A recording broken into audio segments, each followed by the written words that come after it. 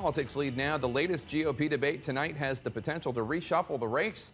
Republican presidential candidates are already jabbing elbows at one another, and they have not even taken the stage yet, as Donald Trump looks to regain his lead by perhaps going on the attack. And Dr. Ben Carson tries to tamp down questions about the accuracy of his autobiography, while Jeb Bush, once again, breaking out the rhetorical defibrillators to jolt some life into his campaign. CNN's chief political correspondent, Dana Bash, joining us from Milwaukee. Dana, are we getting a sense how tonight's debate might be different from the last one?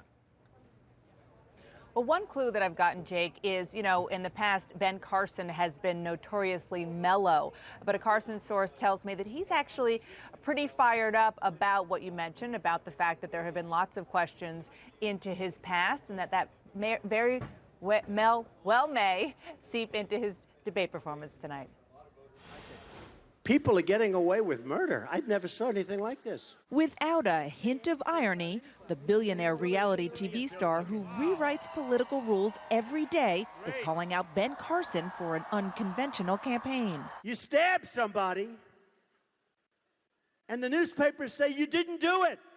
This is the only election in history where you're better off if you stab somebody.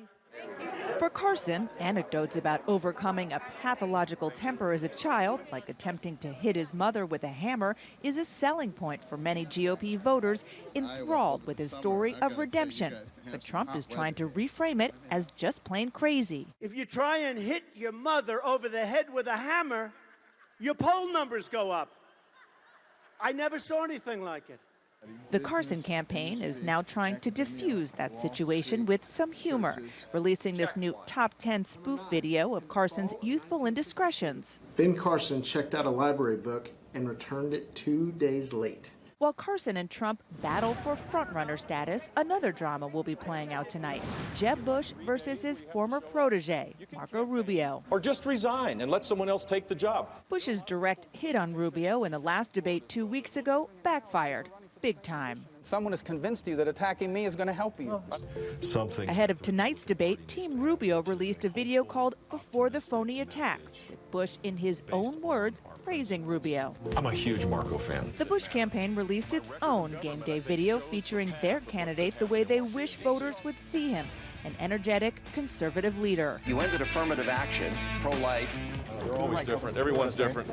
Everyone's different. Team Bush says they're being bombarded with often conflicting advice about how to resurrect his fledgling candidacy. The New York Times reports the Bush super PAC, legally forbidden from talking to the campaign, is testing an attack on Rubio as unelectable, in part because he opposes any abortion exceptions. When there is conception, that is a human life in the early stages of its total development, and it is worthy of the protection of our laws.